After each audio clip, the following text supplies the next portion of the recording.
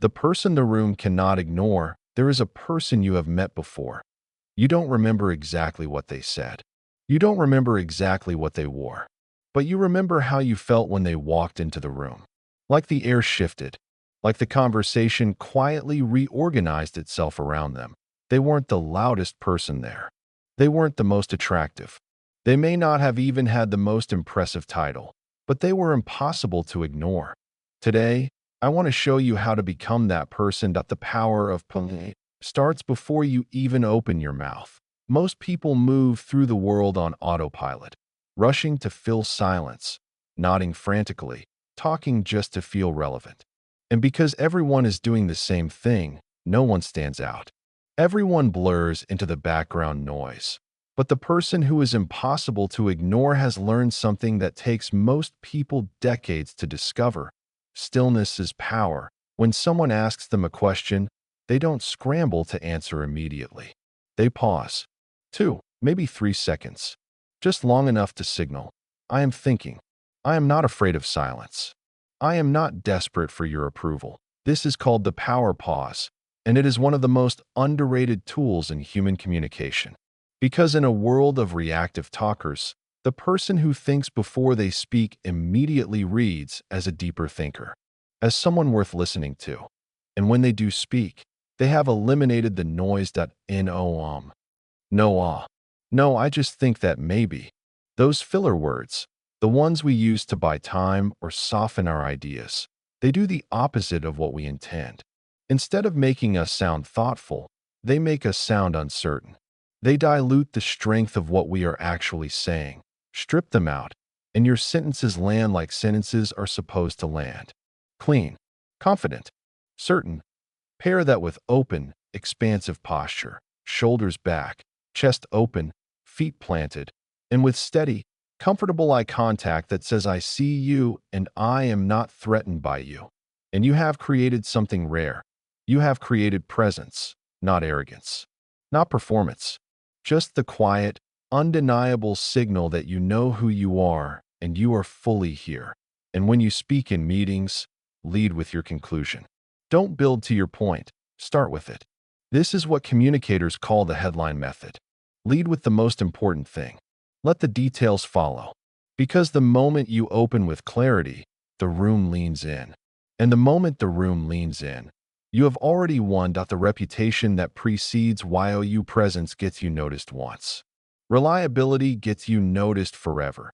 Here is the uncomfortable truth. The professional world is flooded with talented people who are completely unreliable. People who say yes and then disappear. People who deliver almost, nearly, sort of, but never quite. People who are brilliant in meetings and invisible when the actual work needs to get done. And so the person who simply does what they say they will do, every time, without drama, without excuses, becomes something almost mythological in most organizations. But the truly impossible to ignore don't stop at reliability. They operate one level ahead. When presented with a problem, most people solve the problem. The impossible to ignore solve the problem and the 3 problems that haven't happened yet. They are thinking about the ripple effects, the downstream consequences, the next move on the chessboard before anyone has asked them to. This is what it means to anticipate the next step. And it is what separates the people who are handed opportunities from the people who are perpetually waiting for them. But perhaps the most powerful reputation builder of all is this: radical ownership. When something goes wrong, and something always goes wrong, most people's first instinct is to explain themselves, to point outward, to construct a narrative that reduces their role in the failure. The person who is impossible to ignore does the opposite. They step forward. They say, this was my responsibility. Here is what went wrong. Here is my plan to fix it. And in that moment, something extraordinary happens. The room, which was bracing for defensiveness, exhales. Trust floods in to fill the space. Because accountability is so rare that when you demonstrate it, people don't just respect you. They remember you. And then, after owning the mistake, they quietly deliver 10% more than what was asked. Not as a grand gesture, just as a habit. The extra paragraph, The earlier deadline. The small detail that nobody required but everyone notices. That 10%, compounded over months and years, is what makes your name the first name that comes to mind when leadership is looking for someone they can trust with something that actually matters. The invisible architecture of I and if now we come to the layer that most people miss entirely. Because you can have perfect presence and a spotless reputation and still not be impossible to ignore. Not truly. Not in the way that lasts. The deepest layer of influence is emotional. It is about how you make people feel. The impossible to ignore have become masters of what I call the small hook. They remember things. Not big things, small things. A colleague mentions, in passing, that their daughter just started playing football. 3 weeks later, in the hallway, you ask, "How did Emma's first match go?" That person, in that moment, feels seen. And the feeling of being seen is one of the most powerful feelings a human being can experience. It creates loyalty that no performance review or salary increase can manufacture. This is social capital, and it is the most durable currency in professional life. There is also the discipline of speaking last. In most meetings, the people who speak first are the ones most anxious to be heard. They rush their ideas out before they've fully formed them. But the impossible to ignore wait. They listen to everyone. They absorb the room. And then, when everyone else has spoken, they synthesize. They take the best thread from every idea in the room and weave them into a single, coherent path forward. And in doing so, they become the natural leader. Not because they had the most authority, but because they did the most listening. And then there is crisis. Every professional life will face a crisis. A failed launch. A public mistake. A moment where the pressure is high and the stakes are real.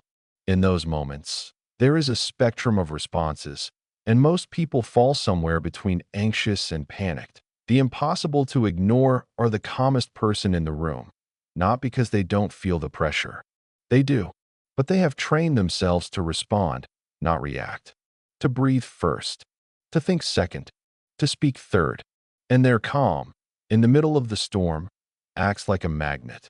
People who are panicking instinctively move toward the person who isn't. They are looking for direction, and direction requires stillness. Finally, and this one is subtle but critical, the impossible to ignore know their own worth. They stay away from gossip because gossip is the hobby of people who haven't found anything more interesting to do with their energy. They give public credit to the people doing invisible work, the ones who stayed late, who solved the quiet problem, who held the project together when no one was watching. And when a deal, a role, or a relationship is no longer serving them, they walk away, not with bitterness, just with clarity, because the person who knows their value never has to fight for it. They simply hold the standard and let the world meet them there. The person the room cannot ignore is not born. They are built. Point one, pause before speaking. One deadline kept. One name remembered. One crisis survived with grace. The IT is a collection of small, deliberate choices, made consistently, over time, that compound into something that feels, to everyone watching, like magnetism. You already have everything you need to become that person. The only question is whether you are willing to be intentional about it. Start today. Start small. Start with one thing. And watch how the room begins to shift.